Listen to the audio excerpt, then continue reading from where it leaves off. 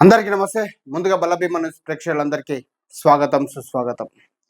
SIR special ఇన్వెస్టివ్ revision ప్రక్రియ అత్యంత కీలకమైనదని రాష్ట్ర ముఖ్యమంత్రి రేవంత్ రెడ్డి తెలిపారు.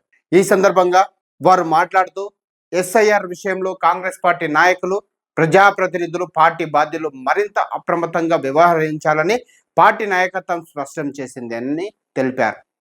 ఓటర్ల జాబితా సవరణ ప్రక్రియలో ఎలాంటి నిర్లక్ష్యం చోటు చేసుకున్న పేద ప్రజలకు తీవ్ర అన్యాయం జరిగే ప్రమాదం ఉందని హెచ్చరించారు రేవంత్ రెడ్డి.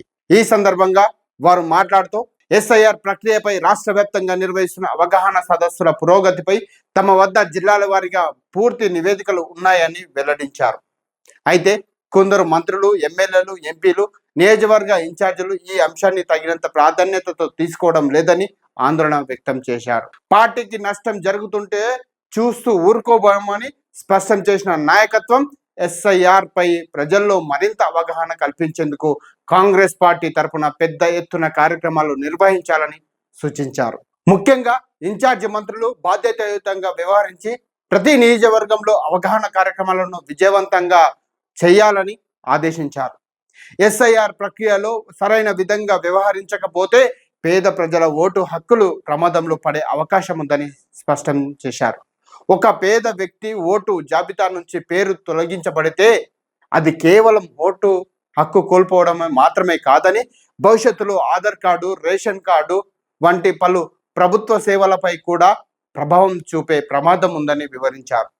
అందువల్ల పేద ప్రజలకు ఎలాంటి అన్యాయం జరగకుండా ప్రతి నాయకుడు ప్రత్యేక శ్రద్ధ తీసుకోవాలని సూచించారు.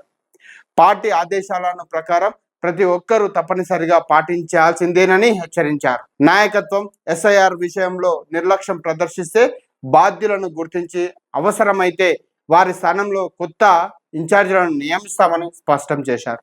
ఈ అంశంలో అలసత్వం లేదా నిర్లక్ష్యానికి ఎలాంటి మన్నింపు ఉండదని తెలిపారు. పార్టీ ప్రయోజనాలను పక్కన పెట్టి పనిచేయకుండా ఉంటూ సంస్థకు నష్టం కలిగించే వారిని సహించబోమని హెచ్చరించారు. పరిస్థితిని సమీక్షించేందుకు 10 రోజుల గడువు ఇస్తామని, ఆ తర్వాత కూడా పనితీరు మెరుగుపడకపోతే కఠిన చర్యలు తీసుకుంటామని కూడా పేర్కొన్నారు. అదేవిధంగా గ్రామ స్థాయిలో ఎస్ఐఆర్ పై విస్తృత ప్రచారం చేపట్టాలని సూచించారు. ముఖ్యంగా కాంగ్రెస్ పార్టీ సర్పంచులు, స్థానిక ప్రజాప్రతినిధులు, గ్రామ కమిటీల సహకారంతో ప్రతి గ్రామంలో ఇంటింటికి ప్రచారం నిర్వహించి ప్రజలకు అవగాహన కల్పించాలని ఆదేశించారు. ఓటర్ల జాబితాలో పేర్లు సక్రమంగా ఉన్నాయా లేదా అన్న విషయాన్ని ప్రజలు స్వయంగా పరిశీలించుకునేలా సహకరించాలని కోరారు. ఎస్ఐఆర్ ప్రక్రియను విజయవంతం చేయడం ద్వారా ప్రజాస్వామ్యాన్ని బలోపేతం చేయడంతో పాటు పేదల హక్కులను పరిరక్షించవచ్చని పార్టీ నాయకత్వం అభిప్రాయపడిందని పేర్కొన్నారు.